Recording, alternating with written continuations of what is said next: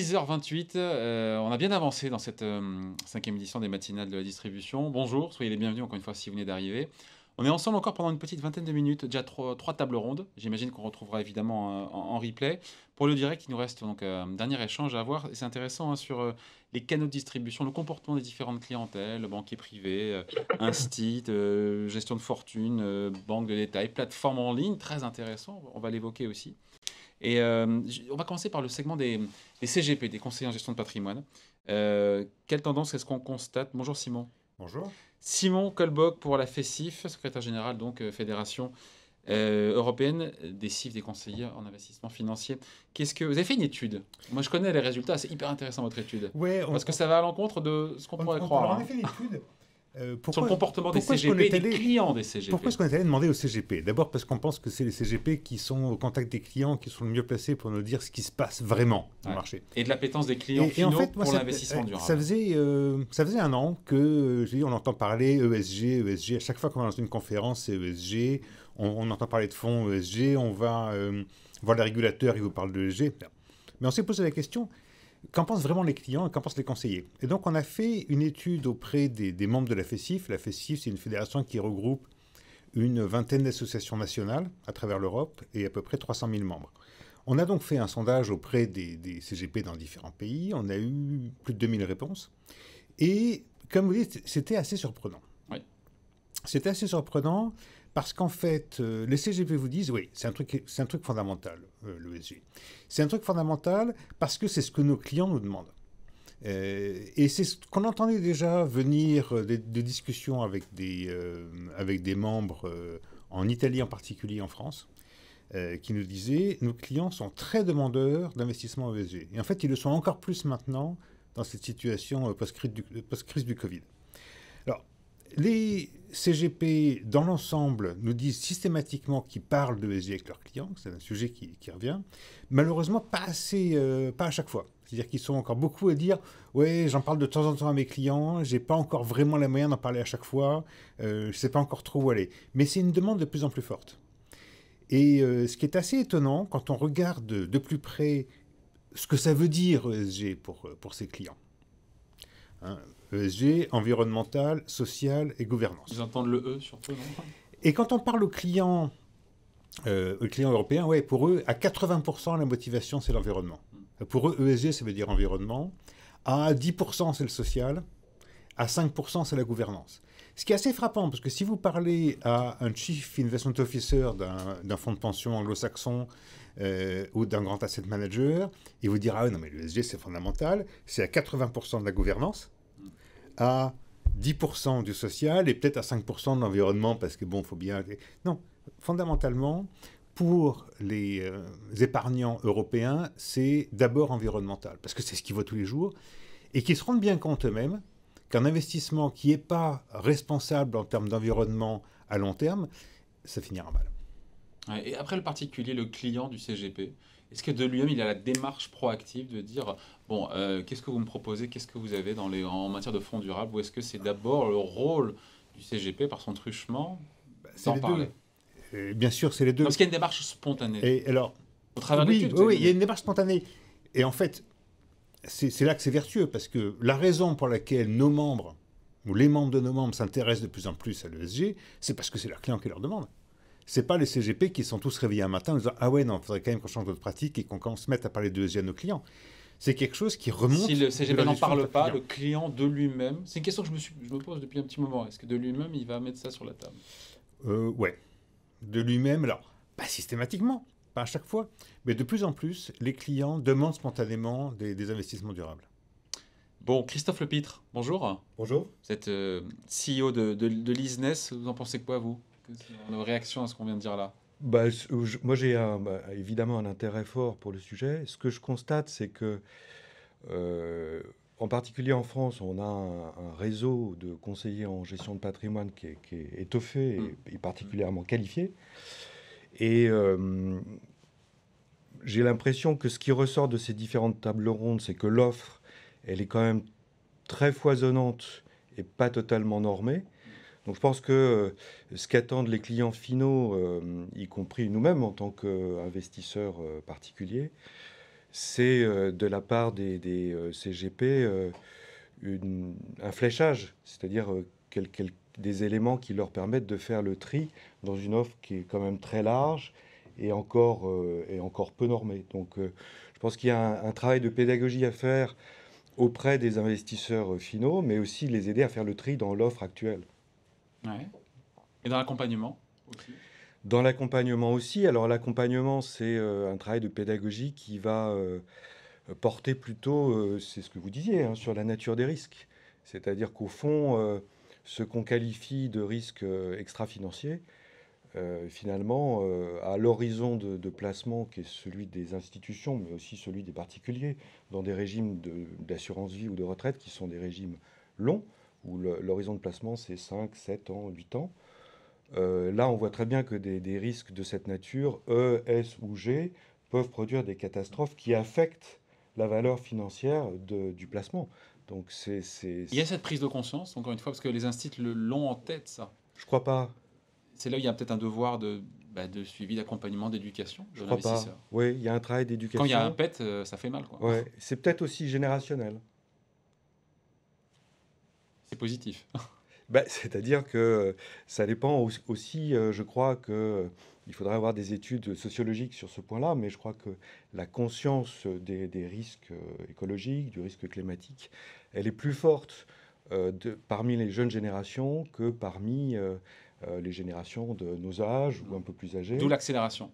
D'où l'accélération. Donc c'est un virage aussi qui se fera avec le temps. Robert Erich Polsterer, pour Alpha Pelargo, CEO d'Alpha Pelargo. Vous en pensez quoi de ce qu'on dit là? Vous avez le droit de pas être d'accord, hein. Ça serait mieux d'ailleurs dans un débat, hein. Alors, je suis désolé, je vais être d'accord. Donc on est Attends. consensuel alors, on fait de l'eau tiède. Alors, je vais apporter quelques éléments supplémentaires Voilà. pour vous faire plaisir. Alors, comme on vient de le voir, il est important de pouvoir accompagner les personnes en charge de la sélection de fonds ESG. Et les sociétés de gestion ont pour cela un rôle qui est relativement essentiel. Alors, comment se passe cet accompagnement? Il existe à présent une offre pléthorique en ce qui concerne les fonds ESG, on l'a vu, avec des philosophies d'investissement qui peuvent être parfois très très différentes, à tel point qu'une approche best-in-class et une approche par exclusion peuvent aboutir ainsi à des portefeuilles totalement différents. Et donc cette offre pléthorique est certes une très bonne nouvelle, et nous n'allons pas nous plaindre justement de la richesse de cet univers. Par contre, cela peut potentiellement constituer un réel casse-tête pour identifier les fonds les plus intéressants. Alors, il est donc important pour les sociétés de gestion, premier point, d'expliquer en quoi leur approche se distingue des approches concurrentes. Cela commence par la présentation de l'histoire ou la genèse du fonds, on l'a vu un petit peu avant dans le débat numéro 2, car quand on vend un fonds, on vend bien souvent une histoire. Et bien entendu, la philosophie d'investissement. Alors, je souhaite insister sur cette notion d'histoire et de genèse d'un fonds, car il permet de faire souvent la différence entre un fonds durable avec une vraie vision et un fonds durable purement marketing. Ouais. Deuxième point, d'offrir des formations qui rappellent des concepts de base ou même des concepts plus techniques, qui passent en revue des études de cas ou qui évoquent des tendances de long terme. Il faut bien garder en tête que former est un moyen redoutable de transformer un prospect en client, voire encore mieux, un prospect en ambassadeur. Et troisième point, de produire des reportings réguliers permettant aux sélectionneurs de fonds de voir comment se comportent en fait de manière réelle les stratégies identifiées. Donc pour moi, il y a vraiment 3 points qui sont essentiels, c'est l'histoire et la philosophie, la formation et les reportings. Ouais. Et sur l'appétence, plus spécifiquement l'appétence des principales catégories de distributeurs, que ce soit le fonds de pension, gestion de fortune, private banking, banque de détail, différentes plateformes, pour le coup en ligne, vous en pensez quoi sur l'appétence des différents, encore une fois, les principaux clients pour les fonds durables? Alors c'est une question qui m'est adressée. Oui, pour vous. Alors l'appétence, des investisseurs pour les fonds durables, elle est réelle, et cela pour plusieurs raisons. Je vous propose d'en couvrir quelques-unes. Alors, le premier point, c'est qu'il y a une prise de conscience. et cela sur un plan international. Les gens souhaitent effectivement pouvoir protéger leur environnement, améliorer les conditions de travail, voire de vie de toutes les populations, d'inciter les sociétés à prendre les bonnes décisions. Et en la matière, on peut dire que l'Europe est en avance par rapport au reste du monde, même si les pays émergents sont en train de rattraper leur retard de manière assez rapide. Je suis actuellement basé à Hong Kong et je vois justement comment les sociétés chinoises arrivent justement à combler le retard qu'elles avaient jusqu'à présent. Deuxième point, le marché est alimenté par une offre en produits durables qui ne cesse de croître, mais il est bombardé également par un marketing de très bonne qualité. Alors, que fait la demande dans ce cas-là? Elle suit la tendance, elle croît avec l'offre. Troisième point, de plus en plus d'études internationales constatent enfin qu'investir dans des produits durables ne signifie pas sacrifier un certain niveau de performance. Bien au contraire. Quand vous êtes amené à analyser un fonds, l'un des premiers indicateurs qui va être observé est la performance ajustée du risque. Alors bien entendu, la performance est très importante, mais le chemin que va emprunter le gérant d'un fonds pour obtenir cette performance est tout aussi importante. C'est en quelque sorte en fait le risque du fonds. Ce risque peut être interprété de multiples manières. On peut calculer la volatilité du fonds, sa value at risk, la VaR, ou bien même son maximum drawdown. Mais derrière ces concepts mathématiques se cache une notion très simple, c'est la parfaite connaissance des sociétés détenues au sein d'un portefeuille d'un fonds. Alors, cette connaissance s'acquiert à travers le traitement non seulement de données financières, mais également de données extra-financières, on l'avait vu précédemment. Et ces dernières vont porter sur des aspects que toute analyse financière standard n'aurait pas pu appréhender de manière pertinente. Alors, on va prendre par exemple le pilier de la gouvernance. On en avait parlé précédemment et on avait vu que le pilier de la gouvernance avait un poids relativement faible jusqu'à présent. Sachez que c'est une thématique qui est en plein essor depuis quelques trimestres, à peu près un an, surtout pour des fonds activistes qui souhaitent rentrer dans le capital de sociétés qui, justement, possèdent une gouvernance qui est assez limitée. Alors, une société qui possède un comité composé de membres qualifiés, offrant une diversité en termes de parcours professionnel, en termes de culture, bénéficiant d'un équilibre femmes-hommes relativement équilibré, donc sera amené à prendre des décisions stratégiques beaucoup plus pertinentes. Le pilier social est également fondamental. Une entreprise qui traite ses employés de manière intelligente, avec des rémunérations adaptées, une couverture sociale exhaustive, des bureaux agréables ou une politique de télétravail facilitée, c'est important en ce moment, conservera plus longtemps ses employés clés, ce qu'on appelle les key people. Alors, gardez à l'esprit que l'approche durable n'est pas une concession que l'on fait. C'est un formidable outil qui permet de contrôler, voire de limiter son risque. Alors, il y a un quatrième point qui pour moi est très important. Cette appétence pour les produits durables peut parfois être biaisée, et je vais vous expliquer de quelle manière.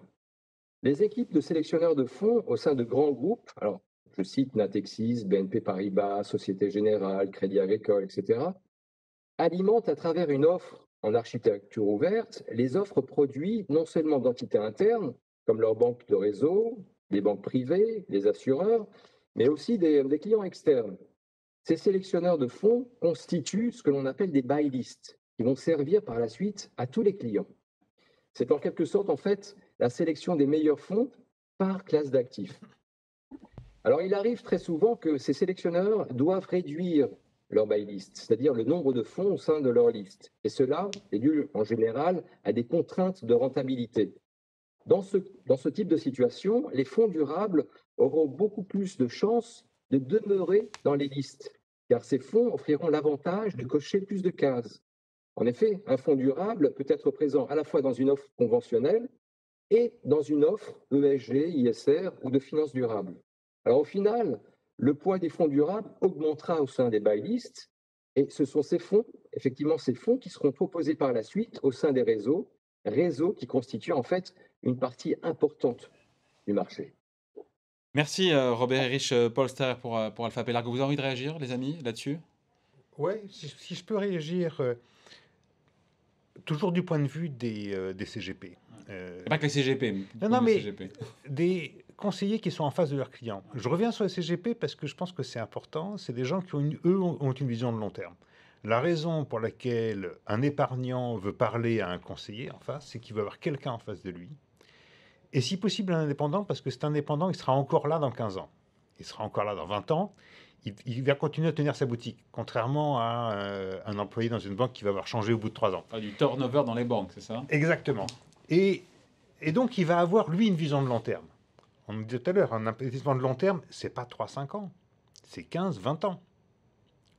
Hein, les investissements financiers, enfin, je pense qu'en France, on le sait tous, hein, la durée de vie de détention d'une assurance vie, c'est plus long que la durée moyenne d'un mariage. C'est beaucoup plus long. Donc, c'est des investissements de très long terme. Si on veut que cet investissement de très long terme, il tienne ses promesses sur le long terme, il doit être durable, dans tous les sens du terme. Et les conseillers ne veulent pas se retrouver dans une situation où, dans 5, 10, 15 ans, leur client va revenir les voir en disant « Attendez, vous m'aviez promis moins émerveillé avec ce machin, ça paraissait magique, mais... » Donc il y a adéquation, c'est ça, entre l'attente du client et le positionnement du produit. C'est totalement cohérent, ouais. Bon. Christophe Lepitre, vous en pensez quoi, vous, pour l'ISNES? Je pense que sur cette thématique particulière, il y a chez les investisseurs que nous sommes, nous, en tant qu'épargnants, je crois qu'il y a un besoin de sens aussi. C'est-à-dire que cet acte d'investissement qui peut être fait dans une optique d'investissement de long terme, de préservation du capital ou de rendement à long terme, je pense qu'il a besoin d'être accompagné aussi d'autres choses, qu'on lui donne un peu plus de sens et que l'arrivée massive de cette thématique ESG permet de répondre à ce besoin, je crois. Il nous reste quelques minutes, hein, sur les nouvelles technos, Oui. sur les plateformes en ligne et l'investissement durable. Quelle relation on fait entre les deux sur ces canaux de distribution qui utilisent pour le coup donc ces plateformes en ligne? Est-ce qu'on se dit que c'est bon pour l'investissement durable parce qu'il y a une question de génération qu'on a évoqué tout à l'heure et on se dit que c'est un vecteur de développement accéléré de l'investissement durable? Oui, Ça paraît évident, mais on a envie de... Sans aucun doute. C'est pas si évident que ça. En fait, ce sont des objets nouveaux. Sont des plateformes de distribution qui se sont constituées parce qu'elles ont saisi l'opportunité que représentait la blockchain pour régler un certain nombre de problèmes dans le post-marché et dans le règlement des titres. Et puis aussi les évolutions des réglementations récentes en France, au Luxembourg et en Europe aujourd'hui de manière plus large. Donc ces objets-là, en fait, on fait une proposition de valeur qui est originale parce que c'est un peu cette logique de circuit court entre producteurs de fonds et consommateurs de fonds, donc investisseurs, aujourd'hui plutôt en B2B, mais demain aussi en B2B2C. Donc ce qui est intéressant, c'est que ce sont des canaux de distribution qui sont nouveaux, qui sont simples, qui sont moins chers que les canaux actuels et qui permettent aussi d'envisager pour des sociétés de gestion. Il y a beaucoup de sociétés de gestion en France, il y en a 640. Il y a beaucoup de talents, il y a beaucoup d'offres qui sont originales, il y a beaucoup de choses à proposer aux clients. Sauf que pour présenter cette offre aux clients investisseurs, c'est pas évident.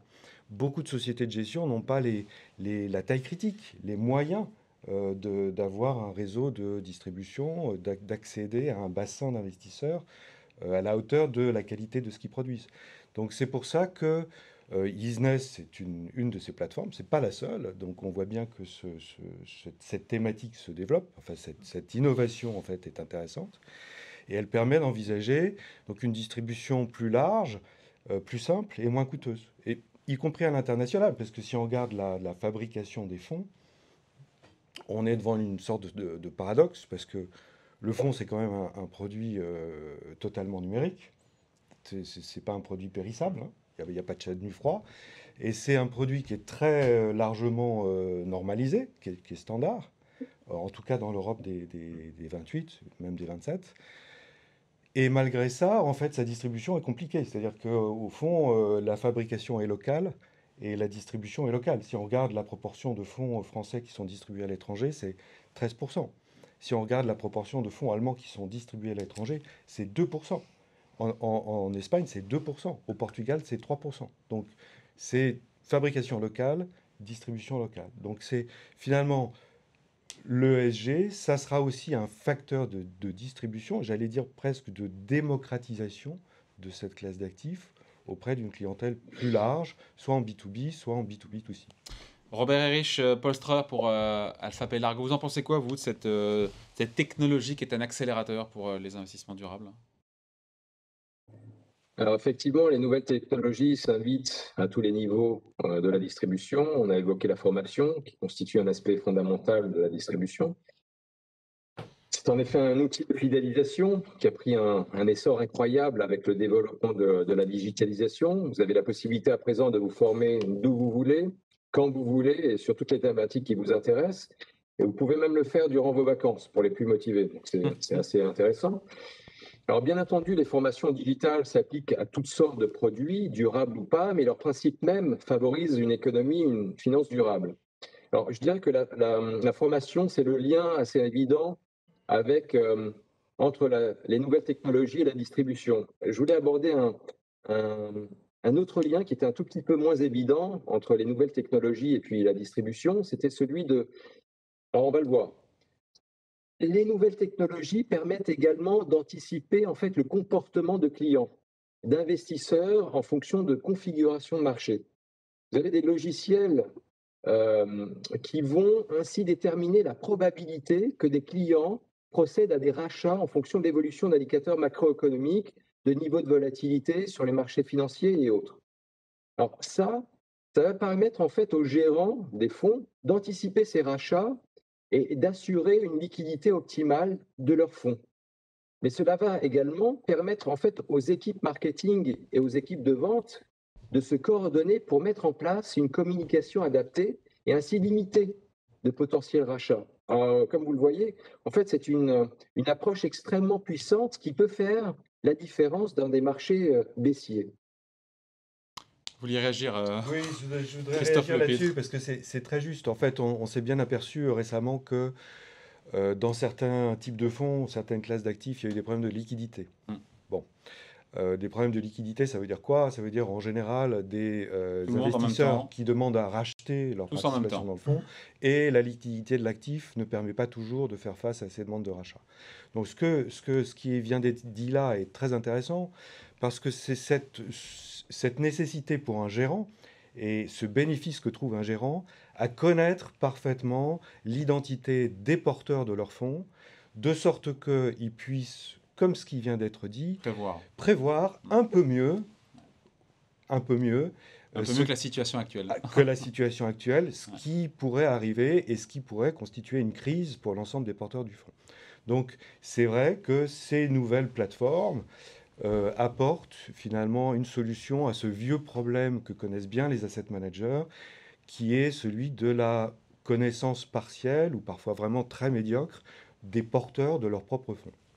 Mot de la fin, juste parce qu'il nous reste quelques secondes. Sur la techno, les CGP, etc., les plateformes numériques et les CGP, ça fait bon ménage ou pas? Oui, ça doit marcher ensemble.